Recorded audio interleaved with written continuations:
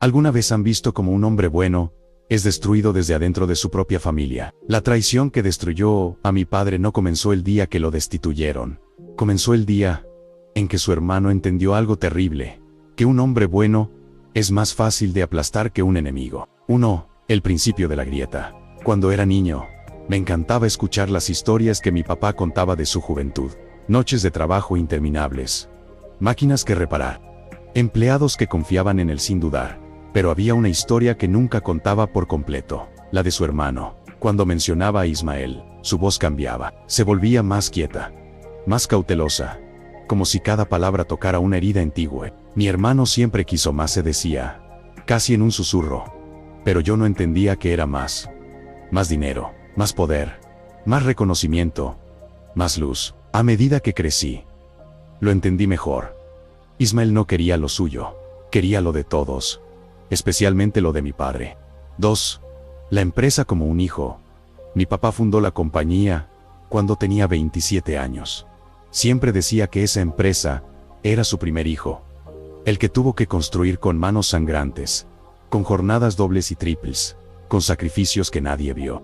Cada rincón tenía su marca, cada decisión llevaba su nombre, y eso era precisamente lo que Ismael odiaba.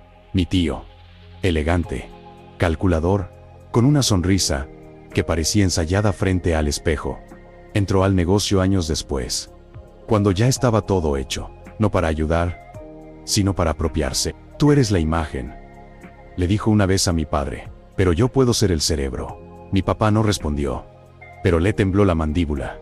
Era la primera grieta. 3. Las primeras sombras. Al principio las cosas parecían coincidencias, proveedores molestos, pagos retrasados, clientes irritados sin razón, rumores que surgían de la nada, pequeñas puñaladas invisibles. Mi papá, terco y noble, no creía en conspiraciones. Creía en el trabajo, en la honestidad, en la confianza. Eso lo hacía bueno.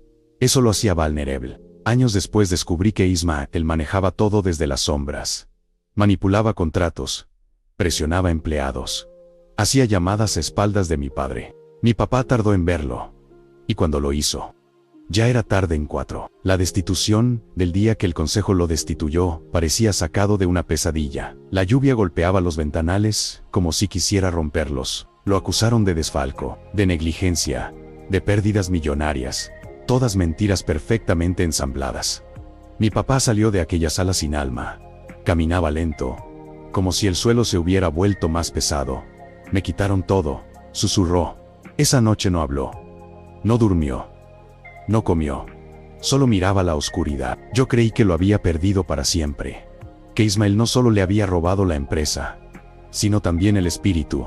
Pero no conocía la sombra que mi padre guardaba en silencio. 5. El sótano. 3 semanas después, mi papá me despertó a las 3 de la madrugada. Tenía los ojos distintos, fríos, calculadores, tranquilos de una manera inquietante. Ven conmigo, me dijo. Me llevó a una puerta escondida, detrás de cajas viejas. Bajamos por unas escaleras húmedas y angostas. El aire olía a papel envejecido y a metal oxidado. Ahí, en ese sótano secreto, había cajas repletas de carpetas, discos duros, audios, fotos, documentos, recibos, transcripciones, contratos modificados. Era como entrar al archivo de un detective obsesivo. Esto dijo, apoyando la mano sobre una carpeta negra. Es la verdadera cara de tu tío. Ahí supe que mi padre no había sido ingenuo, había sido paciente. ¿Por qué no mostraste esto antes?, pregunté. Mi papá suspiró hondo. Porque si lo hacía, solo salvaba mi empresa. Y ahora puedo destruir la suya también. 6. La doble caída. Durante meses trabajamos en silencio. Revisamos pruebas. Reconstruimos fechas. Cruzamos datos. Preparamos dosieres completos. Mi padre tenía un mapa detallado de todos los delitos, fraudes, sobornos y desvíos de dinero que Ismael había cometido durante más de una década. Y cuando todo estuvo listo, el golpe inició. Primero cayó la empresa de mi tío. Auditorías, congelación de cuentas, investigaciones federales, socios retirándose, proveedores cancelando contratos. Luego cayó su reputación. Los periódicos lo destrozaron. Los noticieros repetían su nombre como si fuera veneno. Mi padre no dijo una sola palabra, no celebró, solo observó el caos con la serenidad de quien sabe que la justicia tarda, pero llega.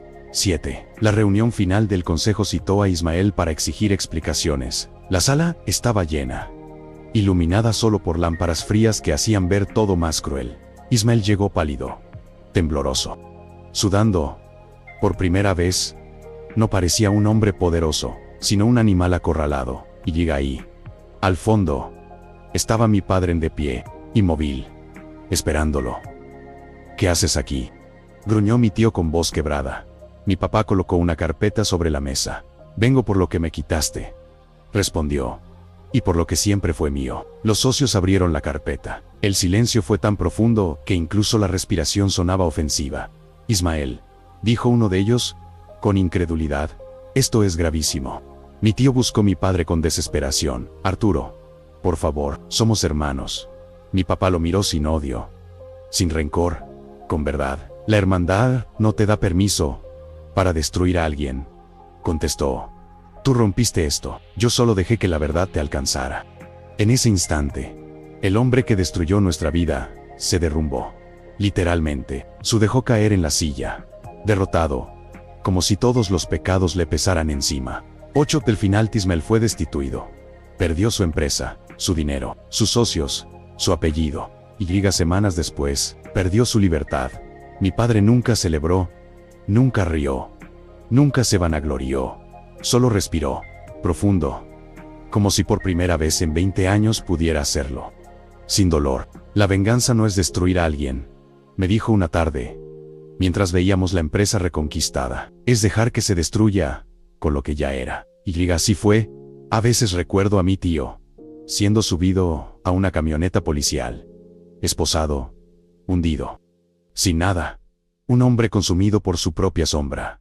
Mientras mi padre finalmente encontró paz. La empresa volvió a brillar, la casa volvió a tener luz, y la sombra de Ismael, la sombra de la traición, por fin desapareció.